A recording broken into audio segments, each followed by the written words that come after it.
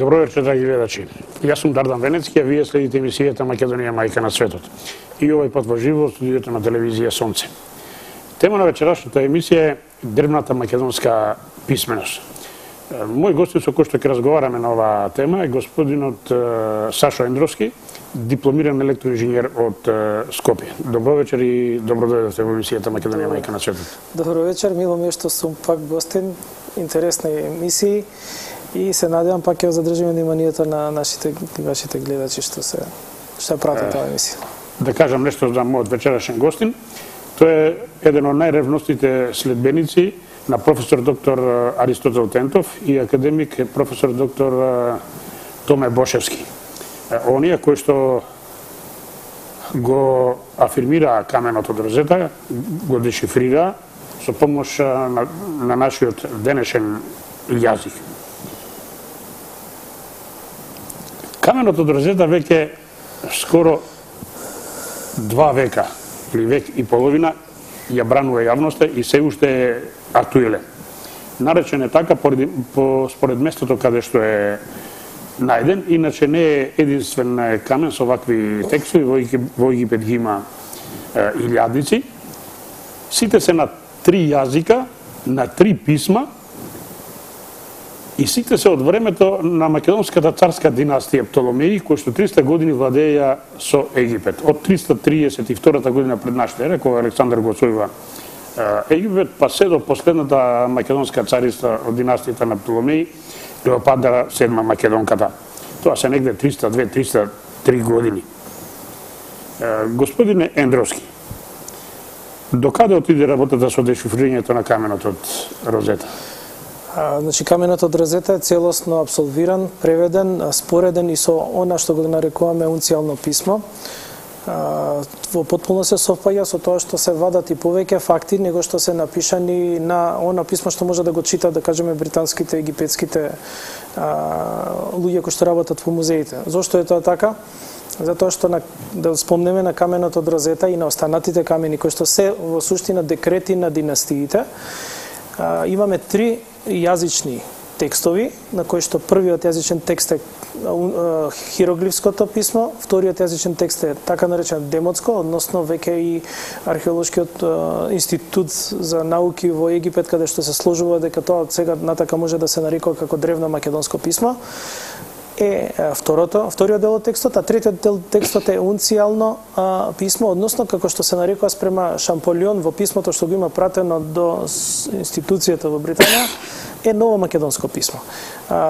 Доста работи се откриваат, многу е обширно за да се објасни, меѓутоа во второто писмо кое што е писмо на господарите или владетелите, се кажуваат работи кои што треба да ги слушнат само македонците, затоа ги нема преведено во другиот дел од текстот. Односно на секој народ му се дава можност да слушне и да прочита она што е за нив битно и важно. Со помош на кој јазик се дешифрира овој текст? Значи, дешифрирањето на текстот е тргнат по тоа што се знаење дека со нашиот денешен јазик. Така, со нашиот денешен јазик, меѓутоа тргнато е. Зашто е така тргнато? Тргнато е заради тоа што се смета дека Птоломеј е македонец, знаеме дека е македонец, роднина на династијата на Аргиадите на Александар Македонски, кој што ја задржува територијата на владење на Египет. И он како владетел нормално дека ќе го воведе македонското писмо во службена употреба на целата негова територија на владење. Према тоа не може да зборува на друг јазик сем на својот мајчин, али ги почитувал и сите останати јазици како равноправни и затоа на секој декрет се поставуваат 3 јазични системи на известување. Ќе замолам режијата со првата група фотоси, првиот фотос ќе ве молам. И веднаш ќе ве замолам да задржите. Ова е каменот од Розета. Така. Тројазичен, 3 текста. Горниот е хироглифите, средниот е старомакедонскиот и третиот е новомакедонскиот. Наредната фотографија. Инаку се нарекува камен од Розета по местото каде што е најден, тоа е Ал Рашид во Египет. Најден е со предната страна. Да, ова е средниот текст. Не, ова е првиот текст, тоа е хироглифското писмо. Првиот, простете. Тоа е јазикот на свештениците и на египтјаните, затоа е хироглифски, сепак наредниот? Наредниот е наредната фотографија? Така. средниот текст од каменот од розетели и јазикот на владетелите, на птолемаидите, тоа е древномакедонскиот текст. И на древномакедонско. Така. На древномакедонско на писмо. древномакедонски. И третиот е наредната фотографија ќе замолам режијата.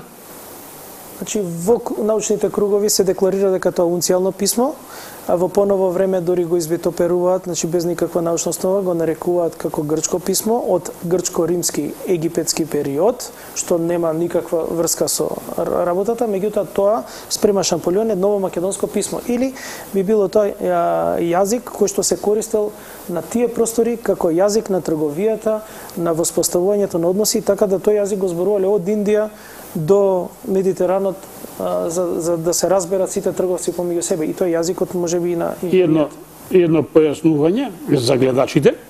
Ова е нормално и разбирливо, имајќи ја предвид концепцијата на Александар за неговата универзална држава во која што сите јазици, народи и религии се рамноправни. Еве гледате, тој на првиот текст го почитува египетскиот народ и на прво место го пишува египетскиот јазик и египетското писмо, тоа се хиероглифите. Вториот текст е јазикот на живите владетели, тоа се македонците, тие се живи владетели, тие се господарите. А третиот текст за никој да не се чувствува подчинет во таа негова држава, тој вовел еден нов јазик. Всушност не е нов јазик, тој е јазикот на трговијата што се зборувал по Медитеранот.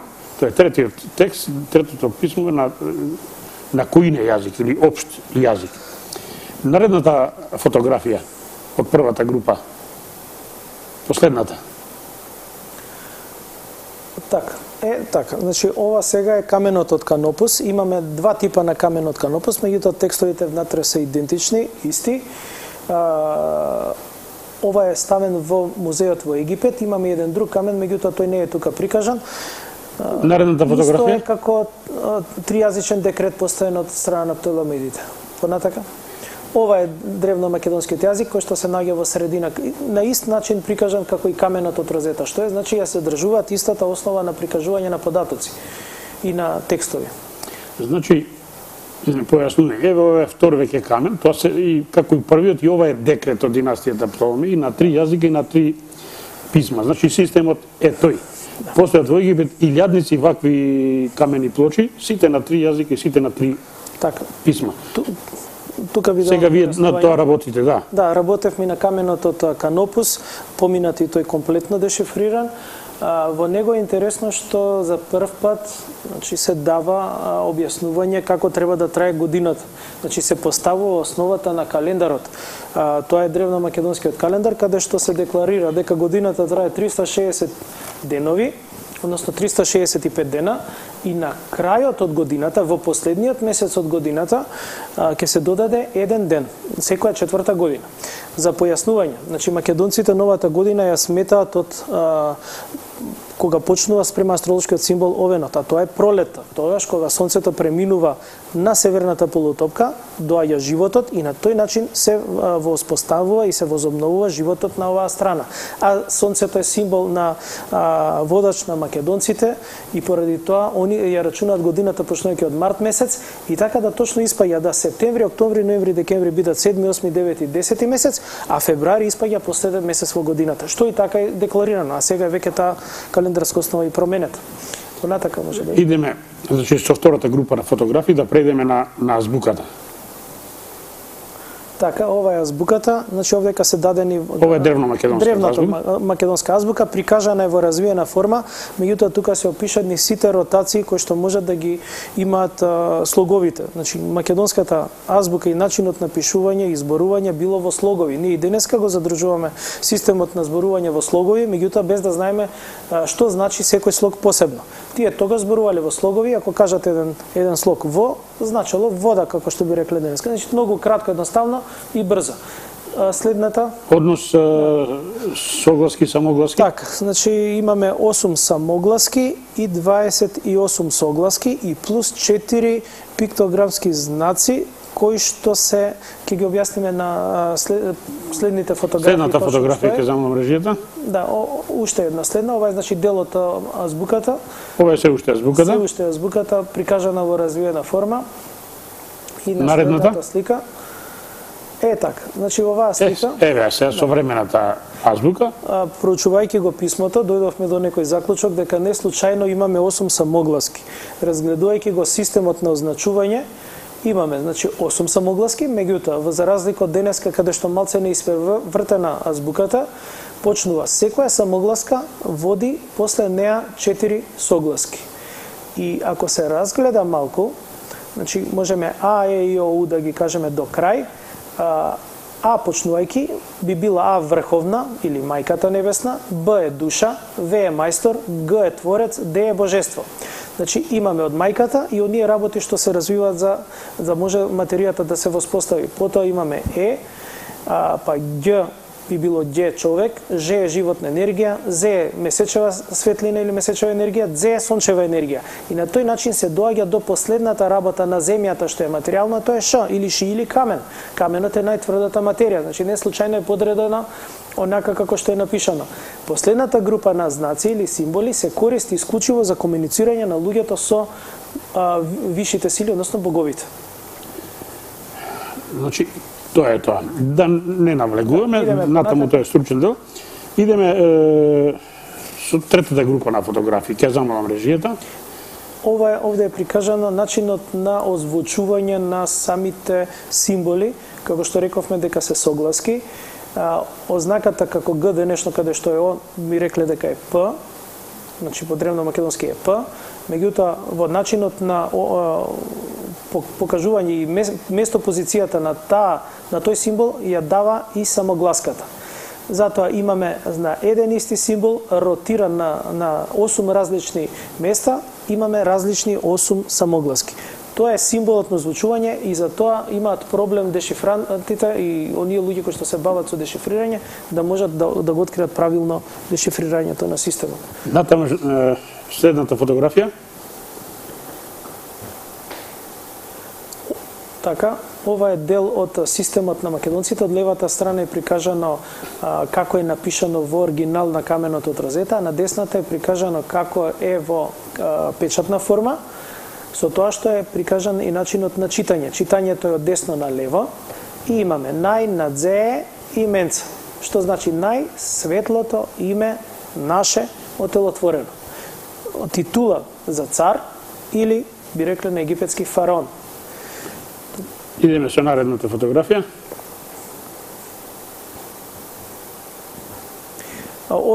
Исто од каменот од розета, дел од боговите се извадени, од левата страна е како оригинално се напишани, од десната како се прикажани, како се читаат.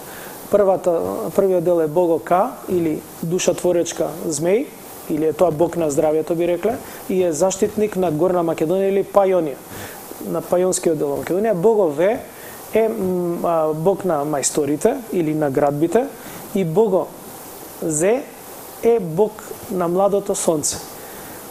Денеска би рекле, значи пак би се повторила претходната емисија, би рекле кога ќе дојде зет во една куќа, млад, би рекле зето, дека значи влегува во куќата младото сонце и ја окрева таа куќа со нов член на фамилијата на породицата. Од таму доаѓа зетот.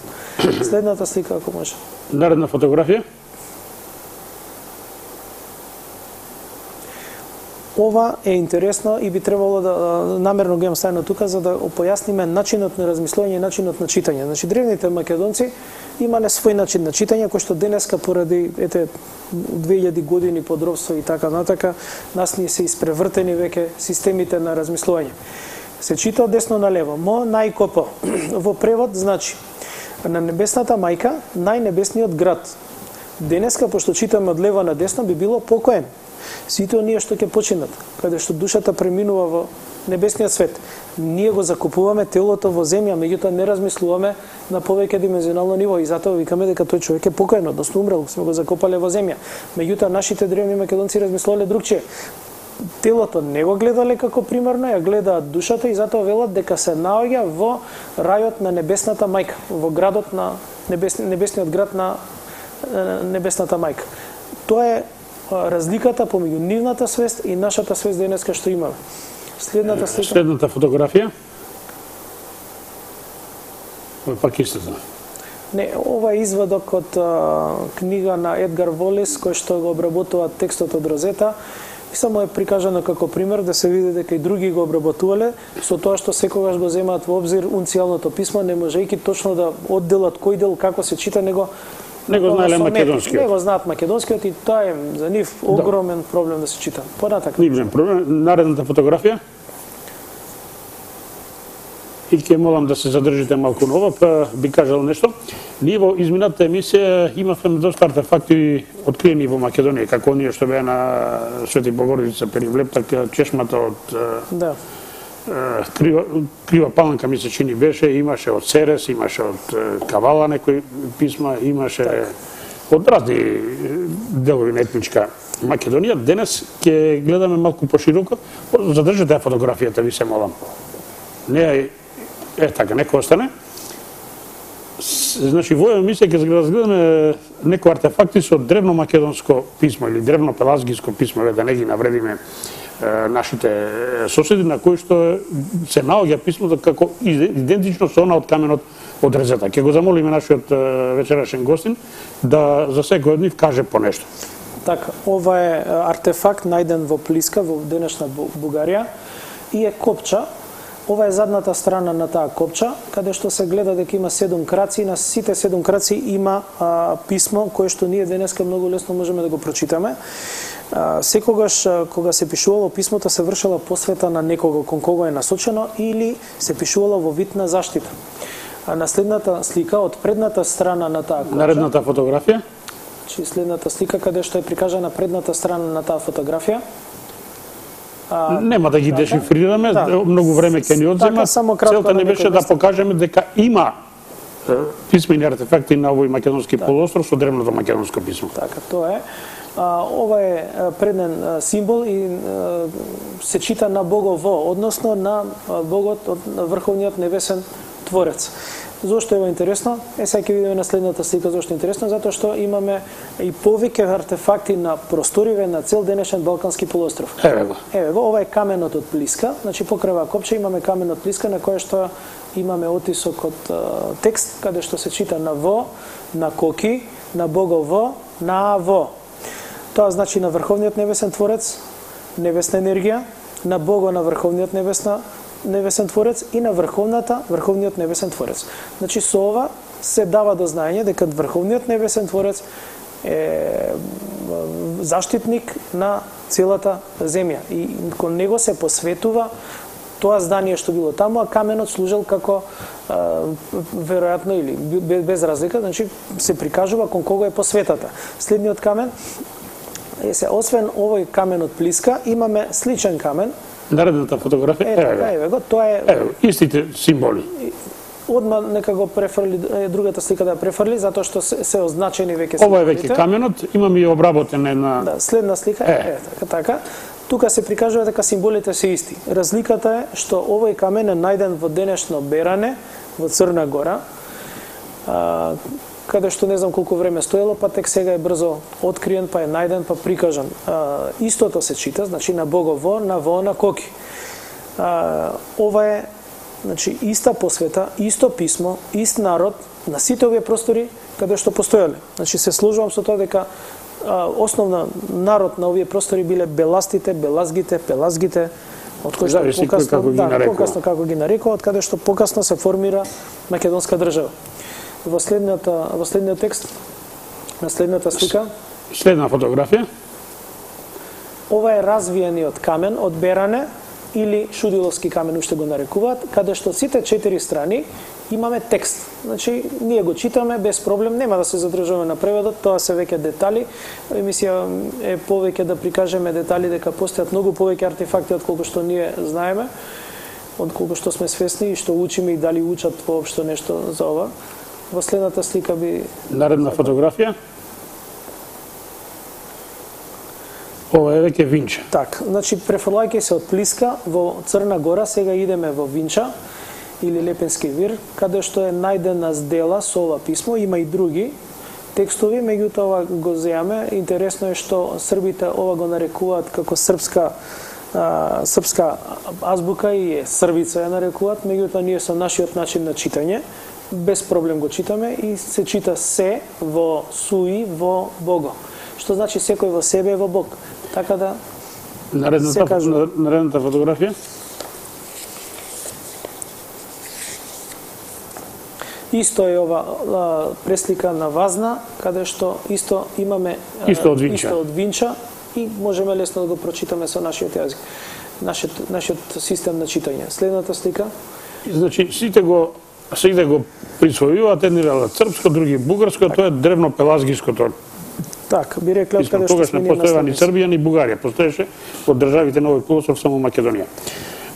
Да видиме малку и некои артефакти од нашиот јужен сосед. Да видиме од каде произлегуваат проблемите што ние денес на Балканот ги имаме. Сашо се потруди да не донесе уставот на Грција, првиот. Така, оваа слика, ќе замолам режијата пак во северот, оваа слика, значи што ја имаме е дел од уставот кога првпат е формирана грчката држава. Тоа е 1832 година и има делови поцртано. Нека иде на следната слика, зашто следна фотографија да се види.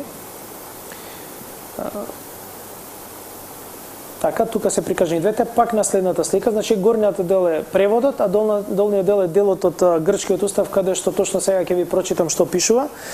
Значи, првиот политички устав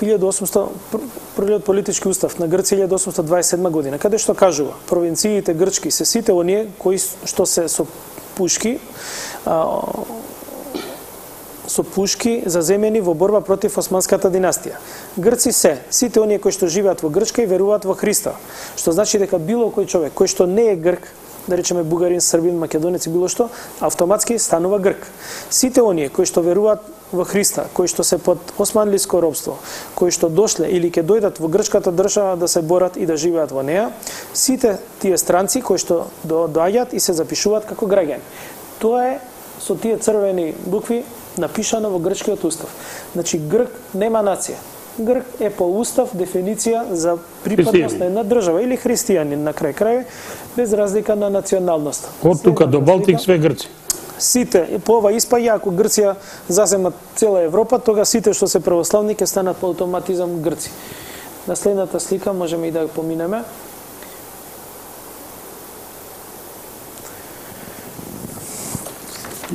Интересно е за Грција што денеска ни го спорува толку тешко името, меѓутоа уште повеќе е интересно што нашите историчари не ги знаат овие системи или не сакаат да ги знаат или не ги интересира. Интересна работа, никој не го спорува нивниот устав. Да, никој не. Наредна фотографија? Идеме напред. Тоа е она што го прочитавме преводот. Сега задржете се малце на ова. Значи, кој е ова знаме? Ова е знаме на Индиска источно-трговска компанија под британска управа 1665 година. Значи во владењето на британската империја на индиските брегови, каде што под тоа знаме Индиската трговска компанија си ги возела бродовите и тргувала. Одиме напред сега. Наредна фотографија? Така. Во следната фотографија го имаме истото тоа знаме, кое што е убаво нацртано за да се види. И ако идеме на следната фотографија ќе видиме, значи веќе се споредете го со наредната. И ја замолам режијата наредната фотографија. Евете го. Тоа е истото, само боите промените. Така, тоа се кажува. Значи ова кажува кој е господар и газда и собственик на денешната грчка држава. Дадено име знаме, кое што не е нивно, сменети се боите. Наредна фотографија. Одиме напред уште за да може да пратиме текстот, да го пратиме. После британското знаме се развива од тоа прво знаме што беше во следнава слика, значи која што е оваа сега на мониторот. Ова од 18 век. Тоа е од 18 век и по тоа знаме плови британската морнарица. Значи крстот уште стои, штрафтите уште стојат. Денешното знаме британско останува само во горниот лев ќош. Меѓутоа што е многу интересно, видиме сега на следната слика одма да се префрли. Наредна фотографија? Што ова знаме еве го сега денес го знаеме американското. Американското. И тоа е наследство на британската круна. Сменети се само звездичките, меѓутоа штрафтите, црвената и белата боја остануваат. Во следната слика можеме да имаме една сублимирана дека се. Ова е многу интересно. Не, морам да го прокоментирам ова што го прикажавте. ми изгледа како една корпорација сложена, како на времето со озетиња, практично еден газда новија. Еден е газда на Америка, сега е обратно, Америка е газда на Британија, ама некогаш беше обратно. Еве тука и Грција, еве и Индија. Кој кому е колонија сега, нека размислуваат граѓаните. Да вратиме режијата, картата. Режијата, да врати картата. Ова е карта која што стои во секоја амбасада каде што има каде што е Грција. И многу интересно е што ова е историска карта со која што они воопшто се гордеат и ги прикажува годините, која година, која територија им е дадена на Грција. 1832 година за прв пат е формирана Грција. Понатака, значи гледајќи ги годините, значи се прикажува кога е присвоен Крит, кога е Епир, кога е Тесалија, кога е Македонија со Тракија и кога е источниот дел од Тракија. Значи 1913 година е Македонија и Епир присвоен на Грција. Со оглед на уставот, каков им е, сите се па Грци. Може да очекуваме во иднина цела Европа да ја освојат. Да, значи вака како што почнале. Каде има христијани, тамо ќе има и Грци. Ова сметам дека се битни документи со кои што нашите сега треба да бидат запознаени. Еве сега кој има експанзионистички намери. Нас не обвинуваат за територијални претензии, а уставот на Грција и еве како се движало проширувањето на Грција, нешто за друго зборува. За некои туги аспирации. Со тоа што тие не се бореле, него им биле дадени териториите. Јасно. Тие имале јаки спонзори. Заради тоа. Имале посилни браќа позади нив. Така и што е интересно за кралевите, значи првиот крал кога е формирана првата грчка држава е Ото први, баварски дел од баварската фамилија Вителбах. Што е битно тука? Битно е што поради тоа што британите најмногу кумуваат за формирање на грчката држава, за да не биде принцот од Виндзор пак како собственик, значи да се прикрие британскиот систем на владење, ја замолуваат баварската ложа да дадат крал и тоа е Ото први. Сите Еве ги сите кралеви, сите се германци. Сите се германци, значи ни еден од нив не е грк. По род и по националност. Во следната слика можеме да одиме. Господин Саши ни донеси други артефакти за секој сосед по нешто. Ова е?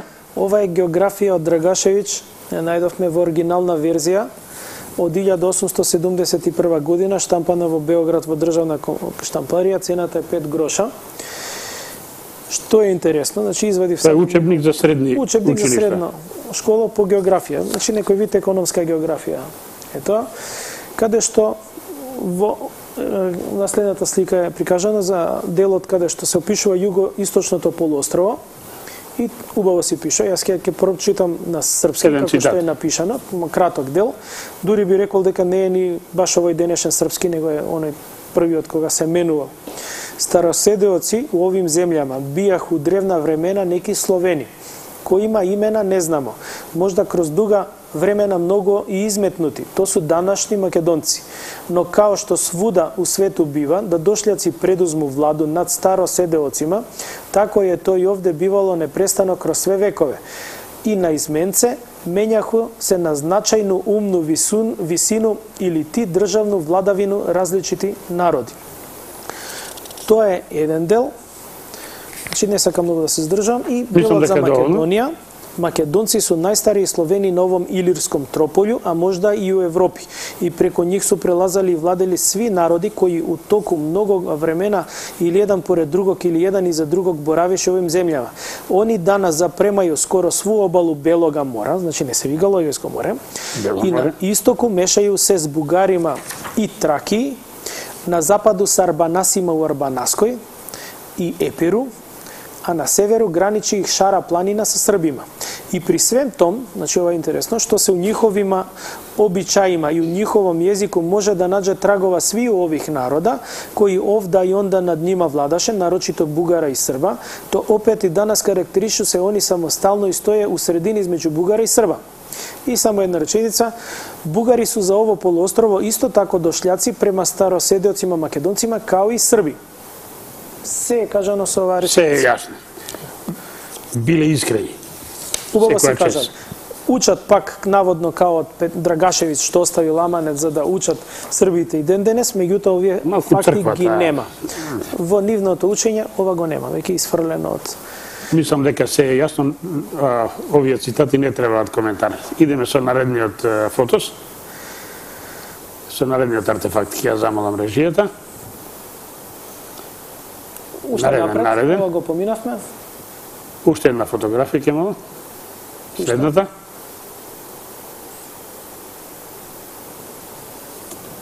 Така, ова е глобусот, мапа од Херефорд, 1300 година, сликана каде што се кажува дека цел Балкански полуостров се нарекува Македонија.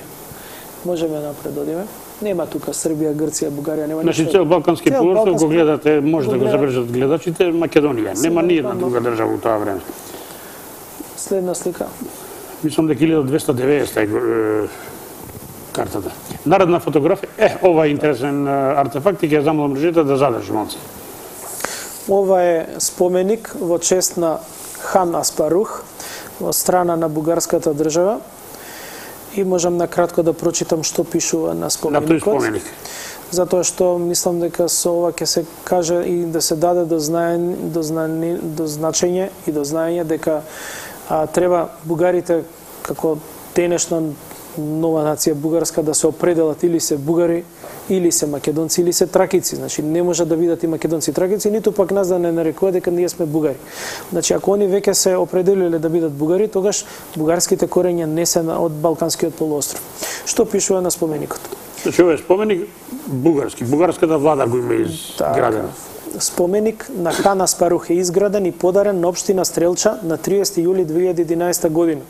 Официјално е откриен по повод на бугарската држава и празникот на град Стрелча. Целата идеја за овој споменик е дело на нашиот сограѓанин и родолюбец Иван Еставтиев и е плод на традиционалните добри односи помеѓу Република Бугарија и Монголија и на заедничките ни родословни корени. Е многу интересно, заеднички родословни корени. Реализација. Да, каде што јас не се сложам дека јас имам монголски корени. Добро, тие имат, ние немаме. Да, ама нас не тера да се вика дека сме бугари. Реализација на споменикот и е изјава на конкретната организација, координација и активно учество на иницијативните комитети од Монголија и Стрелча, на амбасадите на Република Бугарија и Монголија, во Улан Батор и Софија, на општина Стрелча, на државници, бизнисмени и фирми, граѓани и општественици од Монголија и Бугарија. Изработка на споменикот е реализирана во Улан Батор и секако од Монголија. Скулпторска група во состав. Овие се тешки да се кажат. Овие се монгали. Се монгали, нема потреба. Мислам дека е доволно текстот кажува се. Си кажеле самите кои се, што се и од каде се. Имаме доста сега, бугарски... Чекај, наредна фотографија, за да идеме поред. Ќе замолам режијата наредна фотографија. Ова е? Не, ќе рипнеме ова. Ова е дел од текстовите. Наредна фотографија. Так, ова е интересна. Значи, од левата страна на сликата е прикажан француски магазин каде што е нацртана, односно илустрирана борбата на македонците против турците, односно османливите. Истата таа фотографија, ретуширана во Бугарија, се декларира како борба на бугарски востаници против на македонска земја. Значи, фалсификатите... Значи, првата фотографија е каде објавена? Француски журнал. Во француски журнал и во кој оригинал пишува дека се македонски востаници. Македонски востаници против османлиско... А истата фотографија на десната страна во бугарски новини преобјавена и на незе востаниците се бугари. Бугарски востаници на македонска земја. Еве како се фалсификува историјата и која фалсификува. Вакви има илјадници примери, колку да се знае. Има доста, има интересни работи, дури задираат малце пошироко се објаснуваат бугарите, дури во песните почна на големо да ги фалсификуваат македонските, земајќи да кажеме од Војостановски кај да одиш, кај да шеташ, македонец да си, значи има 2-3 дела кај што ќе биде цела. Бугарската песна испеана е каде што пишува кај да одиш, кај да шеташ, бугарин да си, има уште 8 дела за да биде цела. Значи зборев со некој бугари, ги прашав кои се ти 8 дела, уште немам одговор од тоа. Таа е од Кати Иванова, преведена песна и преработена на бугарски начин, принцип. Ако може следната слика, има уште една интересна... Наредна фотографија. Интересна... Ова е Аспарух, еве го. Так. Првиот бугарски хан, дојден од Монголија, малце со коси очи го гледаме, нема да го коментираме. Нема да го коментираме. Наредна? Дефинитивно. Наредна фотографија. Сега ова е. Еве го, денешното знаме го гледате во Волдемир Загор, а горното и на левата тоа е? Тоа е знамето на болгарите, односно волгари, кои што имале си го донесоа Татаристан или Монголија. Правото постојбина на древна Бугарија има и руски документи за тоа, е денешен Татарстан со главен град Казан. Тој јазик се нарекува волгарин, волгарски јазик, односно татарски јазик, и се прапостојбина на бугарите, односно редно е да кажеме што е суштината. Станици, иначе од Монголија се дојдени. Така, значи би сакал да објаснам што точно, барем моје мислење сега нека. А знамето име конска опашка на стап. На стап или копија го ставаат. Се исто. Не е битно. Значи, според моје мислење до сега што истражував, што барав, е дека доаѓајќи на тие монголски единици и со освојувањето на местата од Македонија и од Тракија, се наметнува нивно владење како владетели на тие места. Тоа се тие волгари, каде што и останало од тоа време дека волгарин е прост човек или вулгарен, би рекле денеска. Дел од тоа население го зазема идентитетот на тие волгари, меѓутоа не ја менува културата и традицијата и затоа денеска тие се уште зборуваат македонски јазик. Создавајќи бугарската држава, се формира нација Бугарија, значи треба да правиме разлика помеѓу народ и нација. Нацијата е створение на создавањето на држава на просторот. На тој начин се декларираат како бугари, всадувајќи им го преку школството дека тие се бугари и сите што зборуваат на нивни јазик се бугари, вршат голема пропаганда и на сите оние населенија кои што не се во границите на денешна Бугарија. Би можеле понатака да одиме? Наредна фотографија. После де писмо Стојан Ноаковиќ нема да ги нема да ги коментираме, каде што се декларира дека има човек кој што учел во бугарска гимназија во Солун и барал помош во Србија за да може да учи на македонски јазик. Толку за него. Дојделе понатака. Ова е знамето на Македонија. Сега наредна фотографија. Тоа е знамето на Македонија. Мислам дека е убаво и уште еднаш да објасниме што значи знамењето. Јас мислам да замолиме режијата да го увеличи десна. Да ги ќе замолиме режијата да ги вклучи телефоните, да дајме можност на гледачите да се вклучат во емисијата со своји мислења, прашања и сугестии. Сега идеме. Наредна фотографија беше? Значи знамето на Македонија, може да го објасниме. Едното е тоа што ни го сменија 16 крако сонце, инаку во основа и тоа е 8 крако сонце, кое што покасно се додадени уште 8 краци или призраци, и е од 800 години пред новата ера, додека пајонското знаме, односно знамето на македонците, на Горна Македонија, тоа е овој дел каде што ние сега сме слободни и слободно живееме, е 8 крако сонце, кој што многу што сака да се покажат дека и ова е древно, дали 8 крако, 16 крако, тоа е сонцето, древниот символ на во Кратево, ова што е 8 крако да најдено во Кратево. Е откриено во село Трновец, општина Кратево, се наоѓа уште во музеот за камена уметност на Душко Алексовски. Може да се најде таму, го има 5500 години, се декларира дека е старо, извршена анализата во Мелбурн во Австралија. Значи доволно зборува само фактот дека тоа сонце постоело барем 5000 години на овие простори. И негде 2000 години пред доаѓањето на така наречените Грци. Сме имале символот уште како тие не биле на овие простори. Имаме една слика понатака од наредна фотографија. Имаме гледачна линија? Добро, може да. Дали имаме гледачна линија? Да. Повелете во програма сте. Добро вечер. Добро вечер. Добро вечер. Да, добро вечер. Добро вечер, ве слушаме, повелете. Се јавувам од Виница. Повелете.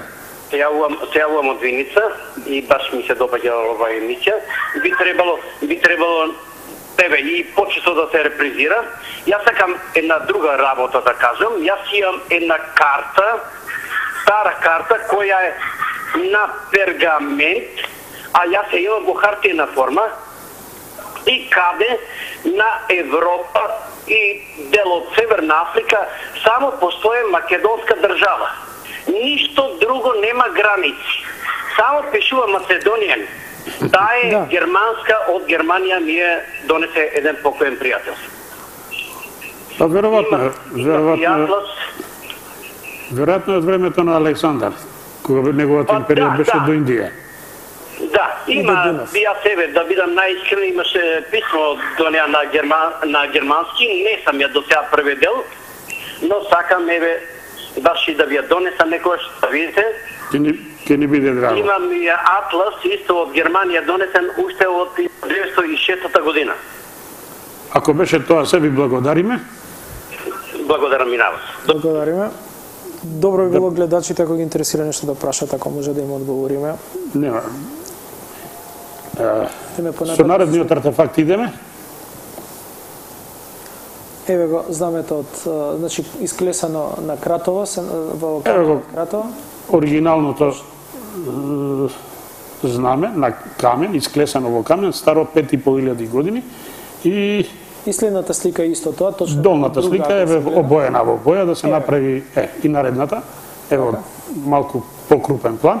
Го гледате осмо кракото сонце 5000 години стар. Имаме повторно гледачна линија. Добро вечер, Дардан. Добро вечер. Овде Симе од Кичево. До почитуваниот гостин сакам едно прашање да му поставам. Имајќи во предвид дека првиот устав на денешна Грција или Елада, како што самите викат, дали во уставот пишува Елада или меѓународно што е Грција. Тоа сакам да праша, или како грк Елина се зборува или грк во оригинална верзија, во нивното писмо, односно нивниот јазик. И второ, сакам друго прашање. Ова осмо кракото сонце во Македонија го брендира како нивно власните, односно Армани. Тие исто се чувствуваат како антички македонци, значи имаат право на тоа и тие го брендира осмокракото жолто сонце на црвена основа. Фактички денешното знаме на Република Македонија е варијација на, пример, ова влашкото или осмокрако сонце, пример, како да речем. Дали се слага господинот или не, мислам коментари може да даде. Ајде. Имаш податоци како беше Хеленска република, беше во Хелас. Стои Хелас, меѓутоа имињата на Грција е Лада, Хелас, Грис. Не знам јас како се викаат, има еден добар вид за грците. Шо прави вика грчки вирус кога влезе компјутер? Ги менува имињата на фолдерите. Така да тоа име мана компјутерска. За знамето на Древна Македонија. Значи имаме 3 знамења поточно ќе ви кажам. Едно е знамето на Венетите или на Јужна Македонија, тој е осмокракото или односно 16 кракото сонце, каде што е најдено на артефактот Кутлеш, а е старо 800 години пред новата ера. Ова знаме на Горна Македонија е пајонско знаме, односно е знамето на горните македонци и е осмокрако сонце склесано во камен. Го има исто и на слика, на следната слика мислам дека е прикажан храмот од Филае во Египет. После ќе дадеме на него. Одма, значи можеме да ги споредиме двете. И тука е прикажано осмокрако сонце, кое што е многу слично на денешното што го имаме, не многу слично, исто да не речам, само што е во круг, каде што под знамето се гледа и крст. Ако денеска сме христијани, пред нултата година немало христијани таму, од каде крстот таму? Ова е 159 година пред наша ера. Пред наша ера. Само да го надополнам гостинот. Осмокрако или 16 крако сонце, тоа е сонце. Значи, основниот символ на македонците со милениуми наназад пред Христа, ние имаме Душко Лексовски само најде стотици крстови низ Македонија по карпите, сите старост преку 6000 години, 16 крако, 12 крако или 8 крако, тоа е сонце. Функцијата си ја врши. Тие се деца на сонцето. За разлика од грците, чиј основен символ е буфот, што символизира мрак и темнина. Мислам дека е доволно и не би требало. Сега, да се задржиме на овој артефакт, ќе ја замолам режите уште еднаш да го задржи, артефактот од Египет. Да го објасни Саше крстот од оздоа. Така, значи, прво, над знамето имаме древно македонско писмо, каде што е посвета на првиот заштитник на градот на здравјето, напишано на камен. Македонското знаме и крстот.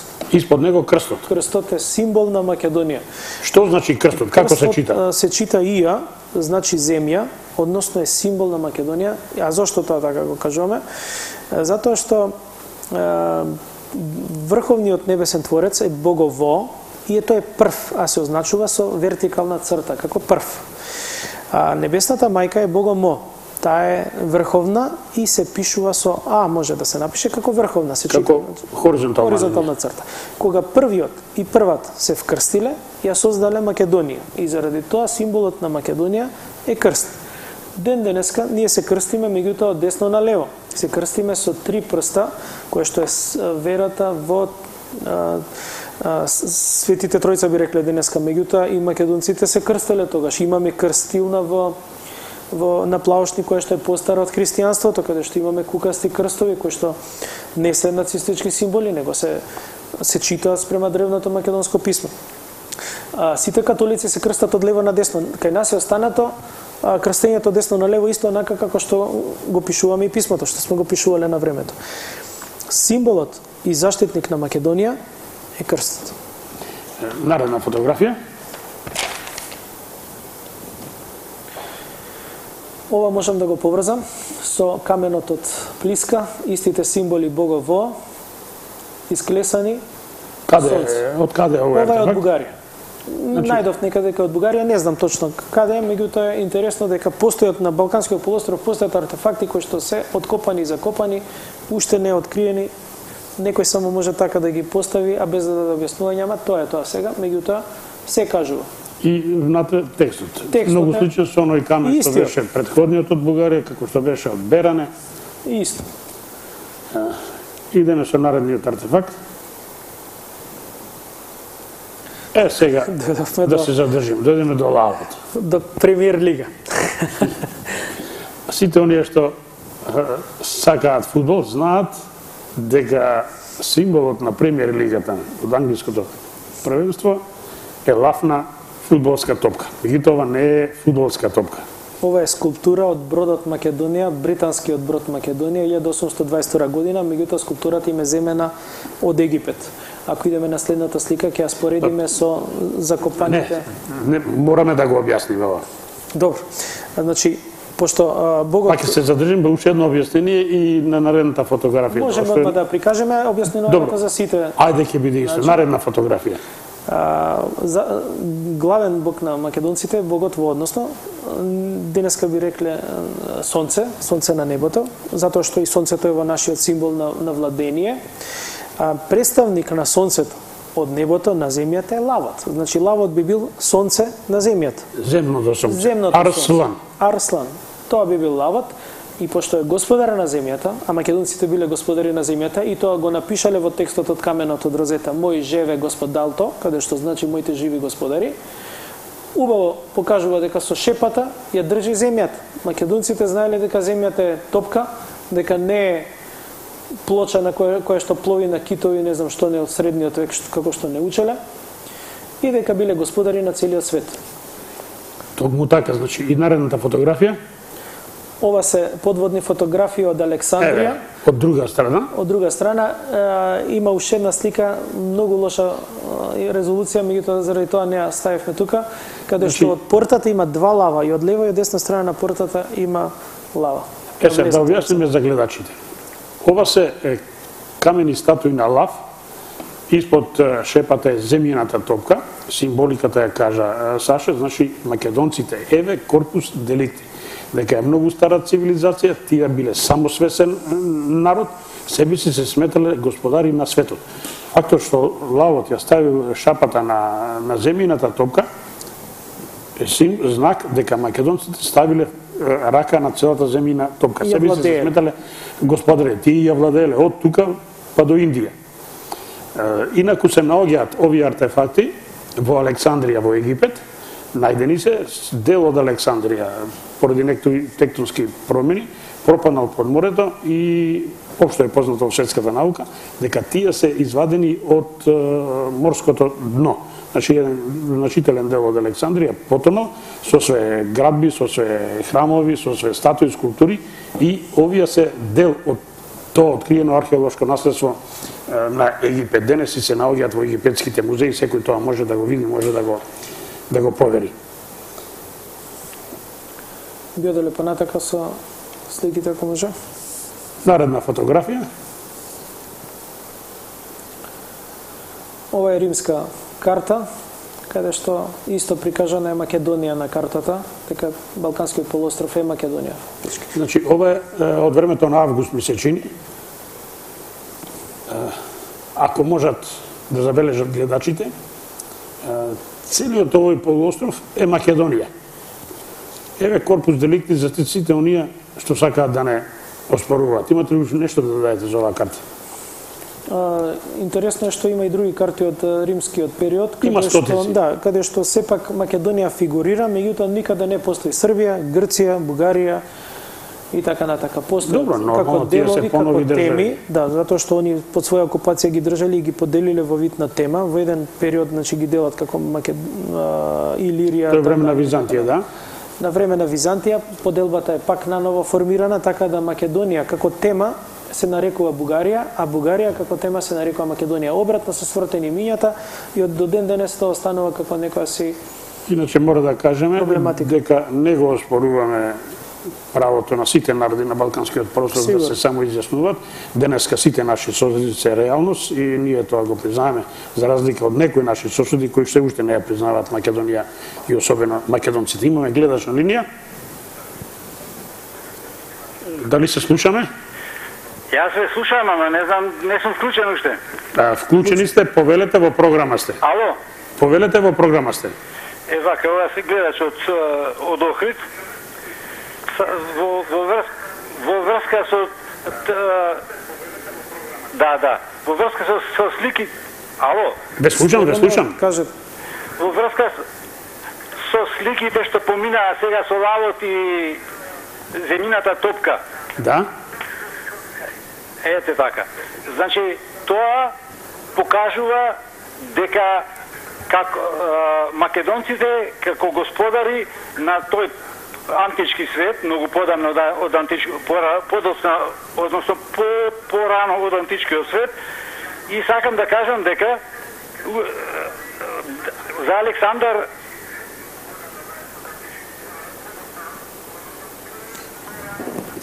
Дали го имаме уште гледачот?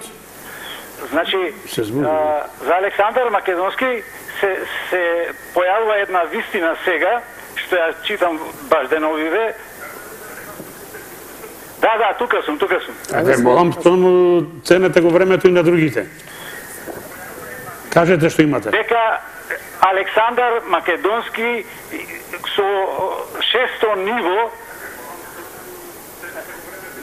добро, на подсвеста, пратен од небото за да владее со земјата, да го спостави мир на земјата, а кога таа мисија е завршена, се враќа на небото, затоа оние 33 години се како символ на младите со голема енергија и интелектуална способност, и таа негова енергија е премината потоа и вратена на земјата во олицетворение на Исус Христос. Сега, тоа не мора да значи многу, но значи дека во тој стар свет, во сите облици на живеење, на култура, на сознанија за светот кој постои, се македонците и секаде се тие доминантни. Дури има мислење дека Александар Македонски го повикал во сонот Павле, апостол Павле, да дојде да посети Македонија,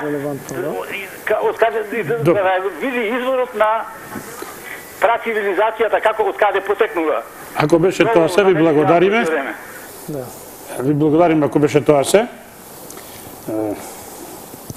Би сакал да се задржиме на темата, значи дека имаме конкретни податоци, документи, во езотеријата не би навлегувале, тоа е сосема друг систем на размислување и тоа не би можел сега да го коментирам. Идеме па натака. Наредната фотографија? Да. Следната после ова. Следна фотографија. Одлично. Ова се артефакти од Вавилон, на кој што исто е прикажан лав со многу сонце. Остатоци од Македонија. Еве сега, јас би сакал да прокоментирам. Многу светски, за жал и наши научници прифаќаат дека Александар на исток ширел грчка култура на грчки јазик со грчко писмо. Едноставно ширел хеленизам. Па еве гледате артефакти и од наредните ќе видиме дека ширел македонизам. Ова е сонцето, лавот се македонски символи, не грчки.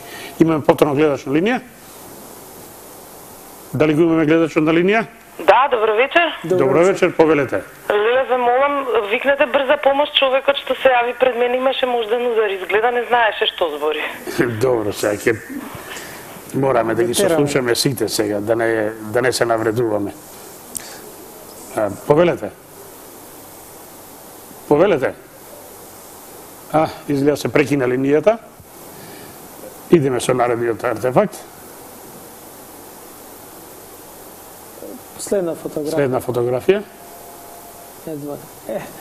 Ова се артефакти, значи цело време имаме проблем во историјата, ќе се најдат некои ќе кажат, немало македонците пари, сите пари се напишани на така наречено грчко писмо, ете доказ дека тоа биле грци, не биле македонци, меѓутоа ова се пари статер, каде што убаво се гледа дека е напишано на древно македонско писмо, лавот едната страна со символ на сонцето, од другата страна е Бог, не би сакал да кажам кој Бог е, не е битно што е. Тоа е дзе, се гледа, седи на столот, во скиптерот го држи во десната рака и орел на него.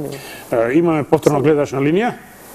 Добро вечер. Добро вечер, повелете во програма сте. Живко Даниловски од Кичево. Поздрав. Поздрав до вас, господине Живко. Се слушаме? Се слушаме, повелете. Кога зборувавте пред малку, поздрав прво до емисијата, до вас, господине, и до гостинот. Кога зборувавте за писменоста и за крстот. Пред неколку седмици имавте емисија за Библијата и Свети Павле. Да подсетам само гледачите да слушнат дека на Свети Павле не случајно му се јавил македонец во провидението и не случајно Свети Павле дошол во Македонија. Моje мислење е следново. Македонецот му се јавил во провидението затоа што Свети Павле знаел дека македонците се писмени. Тоа е едно, а второ, македонецот го повикал Свети Павле затоа што знаете апостолите носеле крст и крстот како символ на Македонија и на македонците го предизвикал македонецот да го викне и да го Свети Павле да го проповеда евангелието во Македонија. Значи ова не е тема на ова што сакаме да го продолжиме, дали завршуваме со писменоста и со крстот. Тоа е многу покасно. Зборуваме за нешто што е многу постаро. Да. Би сакал за тоа да се задржиме. Добро, ако беше тоа се, му благодариме на гледачот. Благодариме за информациите во секој случај. Продолжуваме, значи да се вратиме уште еднаш на статерот. Еве го. Значи едната е дзе, го гледаме и на едната и на другата страна го гледаме древно македонското писмо идентично со оние артефакти што денес ги последивме и од каменот на Розета. Тоа е за парите одоздола на сега, одоздола што е ова што го гледаме? Тоа е прстен, значи треба да бидат информирани сите. Тоа е прстен сликан во музеот во Скопје, во музеот на железничка станица, каде што го декларираат во градскиот музеј, го декларираат од 10 до 14 век од новата ера. И многу интересно е што е напишано на древно македонско писмо, би рекол македонски судоку, затоа што како ќе се сврти може секако да се прочита, пошто системот е таков и секако се добива различно значење. Значи, еве уште еден артефакт од нашите музеи. Да напоменам дека нашите музеи се преполни со артефакти, писмени артефакти, значи Микулчич кажа дека има и лјадници и такви, меѓутоа за жал ние се уште Немаме луѓе кои што го работат, кои што го проучуваат, кои што го дешифрираат, тие така стојат по музеите, чекаат скриени да видат виделина на денот. Па не би рекол дека се скриени, ги знаат. Сите се познати, меѓутоа никој не работи на нив. Тоа се остатоци од времето на еднумието, кога се што беше старо, се што беше древно пред 6 век, се чуваше под тепих. Имаме гледаш на линија? Добро вечер.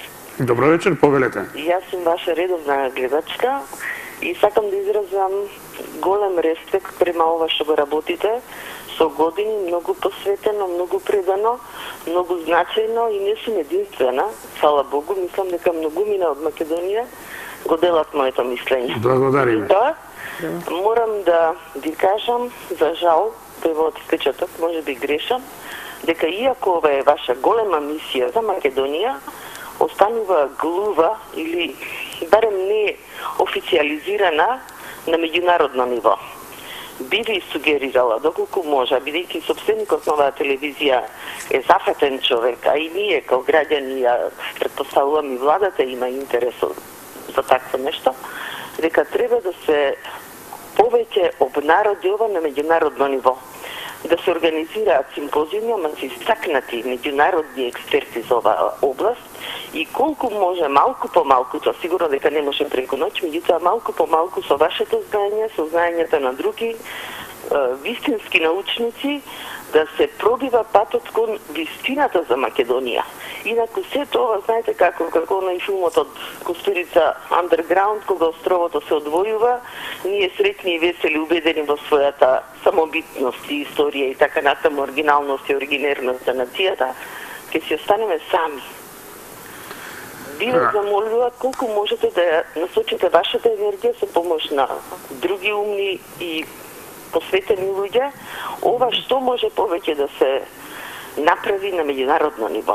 Ви благодарам на убавите зборови, се согласувам со вас, има такви размислувања. Што поскоро, затоа што знаете времето оди. Денеска додека сме живи и здрави, се ни изгледа дофатно. Меѓутоа времето поминува и да секунда не стигнува. А колку има кои што би го продолжили ова? Значи би сакал да ви напоменам нешто што треба да го знаете. Во Македонија од 1.600.000 македонци само 20 го работат ова. Значи во Македонија не се шири. Имаме некои медиумски мракли, како да го кажам, завеса, која што ретко излегуваат некои документи, па барем да се дискутира во таа тема. Друго е кога 200 души ќе се вклучат или институции на власта кои ќе може да се истражува на научно ниво. Ова го работат ентузијасти, за жал се уште, и е многу потешко да се дојде до документи и до податоци. Значи, прво јас би сакал македонците ова да го абсолвираат, да го научат. Тоа бил наш јазик, наше писмо кој што не го знаеме. А за промовирање во светот, прво ние треба да се признаеме сами себе, другите сами ќе си дадат. Не само писмото, многу работи има за промовирање, за жал имаме ситуација таква каква што имаме. Остатоци од медиумите се тука уште присутни, не можеме да ги обвиниме медиуми, тие се пристапни, имаме пристап, меѓутоа немаме нешто друго. Истражувачи како мене, како мојот вечерашен гост, 20-тини, јас мислам дека има веќе и повеќе, меѓутоа не се вклучуваат институциите. Проблемот е тоа што не се вклучува Институт за национална историја, Македонската академија, Институт за македонски јазик, таму имаме се уште остатоци од времето на еднумието, оние кои што докторирале, кои што пишувале, зборувале пред своите ученици, пред своите студенти, е многу е тешко сега да го покажат својот збор. Некои од нив ќе треба да си ги скинат дипломите. Меѓутоа, тоа се зависи од човека. Мислам дека треба да се надминеме. Никој од никого не бара одговорност.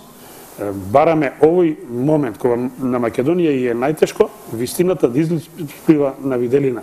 А зборот на еден академик и на цела академија е многу потежок, многу потежи отколку зборот на поединецо. Така. Значи, ја прифаќаме сугестијата на гледачката. Има размислување на таа тема, да се излезе малку и надвор, зависи од други работи. Ако беше стоја, се благодариме на гледачката, а ние продолжуваме со емисијата. Да Имаме гледач? Да. Повелете во програма сте? Така, ве поздравувам двајцата и бидејќи релативно касно се вклучи во емисијата, дали и неолитскиот дел на македонската писменост е тема на разговор или не? Секако. Па тогаш би кажал кратко, само концизно. Неолитски артефакти пронајдени на територија на целата Македонија, во Пиринскиот сегашен дел, Градешница, од Софија кон Враца, плочата глинена од Градешница од прилика 5000 години пред наша ера, се чува во Бугарија, веројатно во музеот во Софија национален, каде пишува Зет Пир Македанзги, со букви неверојатно слични на денешната кирилица. Значи сега зборуваме за 5000 години пред наша ера. Истовремено, осинчани Скопско, надгробен споменик, кој е со текст Крешце сиулат сал силју. Радувај се твојата душа, оди кон Илија, кон сонцето, кон Бог, кон светлината. Истовремено долу Костур се наоѓа наколно живеалиште прилика од тој период, каде што е убаво означено Шопел седмо колишче. Тоа е, значи, писменост. Очигледно македонците низ историјата имале повеќе писма. Ова писмо неолитско е фактички, да не кажам идентично, ама многу слично со денешна азбука која употребуваат современите славјано-венети. Ви благодарам на времето. Благодарам и на вас, само ќе ве надополнам, значи такви писмени артефакти има илјадници, да не кажеме, за жал никој не ги проучува. Ова што вие вечерва го зборувавте е пронедок на господинот Васил Илјов, тој тоа го обработува. На неговата страница може да осознаете и многу повеќе такви артефакти. Ава со кирилици има една слика, би сакал да режијата да даде таа слика. Наредната идеме. Во Византија, во наредна фотографија. Уште следна. Ова е фреска руска во руска црква, каде што се дадени 4 царства на светот. Тоа се македонското, персиското, египетското и римското царство. Еве каде. Значи Римското царство е ажде. Добро, целиот свет знае кој сме, само очигледно ние не знаеме. Наредна фотографија. Имаме гледач на линија, па ќе го објасни во овој многу интересен артефакт. Повелете во програма сте. Добро вечер. Добро вечер. Многу убава и јака емисија. Неам одамна гледам ваква добра емисија, само накратко да ви кажам. Сите овие работи што ги покажавте, слики, да се фотокопираат и да се разнесуваат на амбасади и на овие политичари странски, да дознаат можда, ако не знае за сега за нас. Наши не знаат. Ме насмеавте, многу добро знаат. Ама јавно види да се и многу добар гостин имате. Благодарам. Квалитетен гостин. Само имаме овдека политичари, па дури и од надвор представници што ни доаѓаат, малку се прават понаудрени, би рекол. Ама што почесто да добиваат такви факти, вистини, древни? Еве се трудиме што повеќе секоја емисија да изнесеме Многу добро и за нивното знаме и првиот устав. Тие работи нив да им се даваат.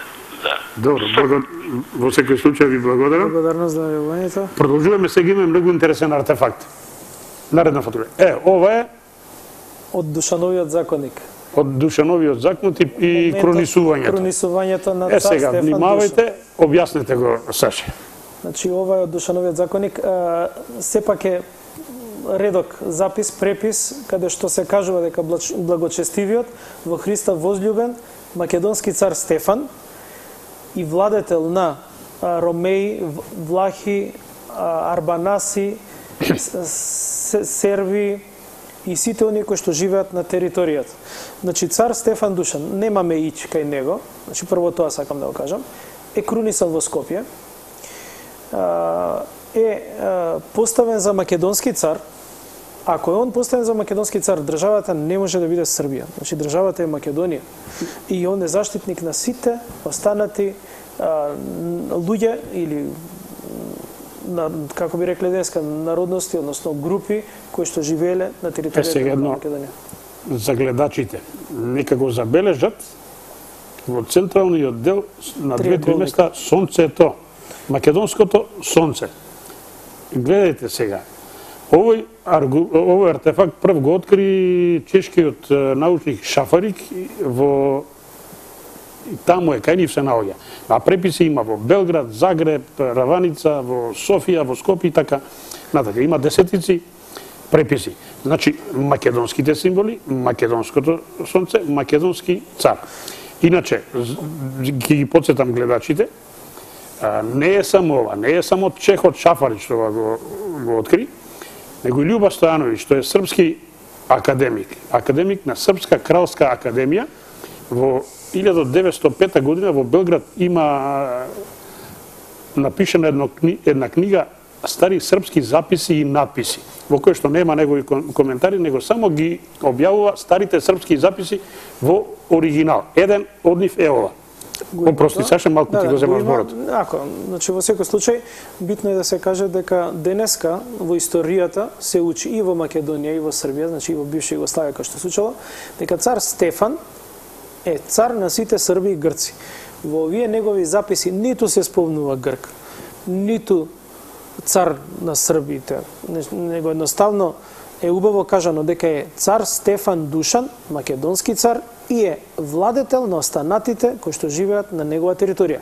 Исто се декларирале и руските цареви, значи како руски цар и заштитници на сите останати поданици на територијата на Русија. Тоа е својствено на македонските династии, почнувајќи уште од времето пред Александар Македонски, затоа што и тие така се декларирале дека се владетели, цареви на Македонија, меѓутоа и заштитници на сите поданици на таа територија. Би сакал да имаме на следната слика за да се надоврземе. Само два збора, за да не разберат погрешно. Немаме аспирации никакви према србите, нивните чувства, нивната култура, нивната историја. Ова не е прв случај некој да се декларира. Цар Душан ја земал македонската круна, тој се прогласи за македонски цар 1346 година во Скопје. Овој артефакт го потенцираме заради тоа што некој се обидува преку бугарскиот наводно цар Самуил да ги прогласи македонците за бугари. Ние немаме таква намера да правиме аспирации према соседните народи. Затоа што и Карло Велики ја земал римската круна и Отон први и некои од руските цари ја зема римската круна, па не се тие римјани, тоа многу добро го знаеме. Значи, идеме со наредниот артефакт. Мораме да привршуваме емисијата. Така, завршуваме, ова би се надовржал со гледачот претходниот кој што се јави. Ова е палата на синот на Вардан или Касар Ибн Вардан, се наоѓа значи прекрасна палата, црква изградена од Јустинијан I Велики во Сирија. Се наоѓа на работ на пустината североисточно од Хама. Интересно е што на оваа слика имаме надпис кој што се чита септември, на денешна кирилица. И на следната слика, мислам дека е дадена, имаме уште една таква порта каде што над портата се наоѓа надпис каде што се пишува ноември. Ова е 564 година, што далеку е од она на создавањето на така, мислам како што ние далеку пред Кирил и Методи. Како што ние учиме дека кирилицата настанала од Свети Климент Охридски. Ако ова го има, тогаш не знам како е создадена кирилицата денеска. Би сакал да одиме на следната слика, да ги поминеме, барем додека има време. Еве тоа каде што пишува во левиот агол над портата ноември. Следната слика го објаснивме.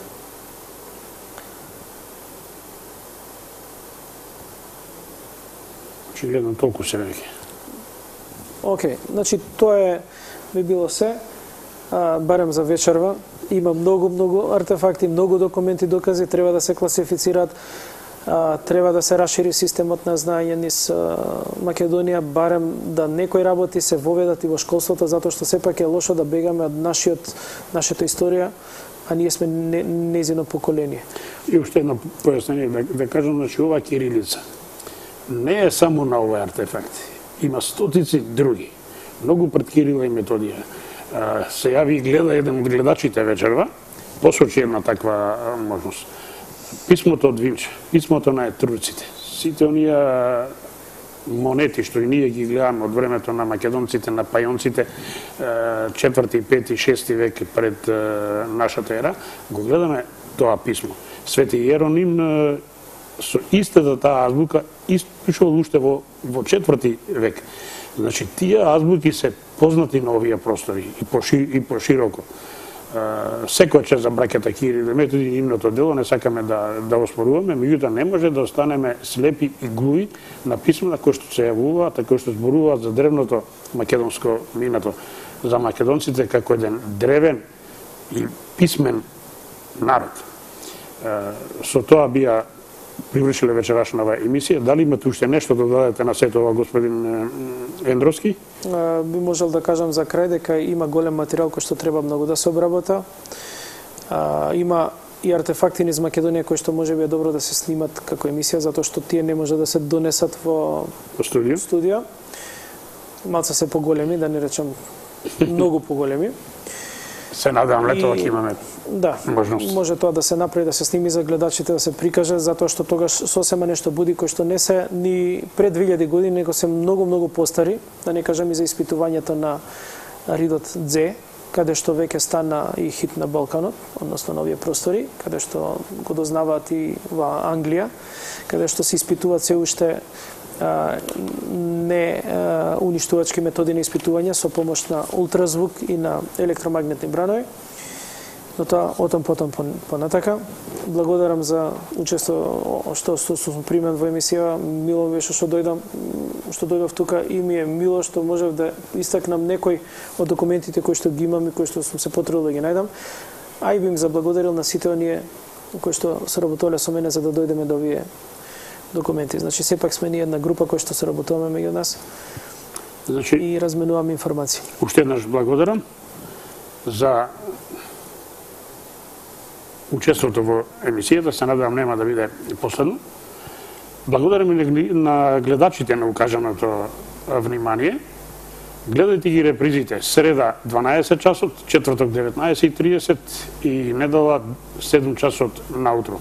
А со нови содржини наредниот вторник 18:30 часот мој гостин тогаш ќе биде господинот Љубен Стојановски, Стојановски од Битола, уште еден истражувач самостоен кој што ја истражува древната хомерска географија во Македонија, односно Тројан. Не е ни прв, ни последен, нити во светски размери, нити кај нас. Еве доказ дека луѓето кои се бават со проучување на древното македонско минато се множат. Благодарам уште еднаш.